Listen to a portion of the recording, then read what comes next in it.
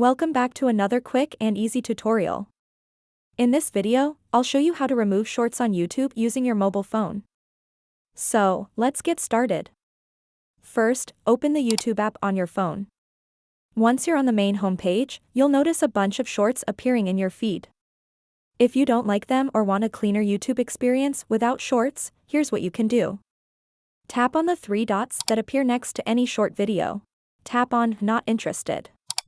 Now repeat this process for multiple shorts, tap the three dots and select Not Interested again and again. After you do this several times, YouTube will show you a new option that says Show Fewer Shorts. When this option appears, tap on it. Once you've done that, go back to your home page, and you'll notice that most shorts have disappeared from your main feed.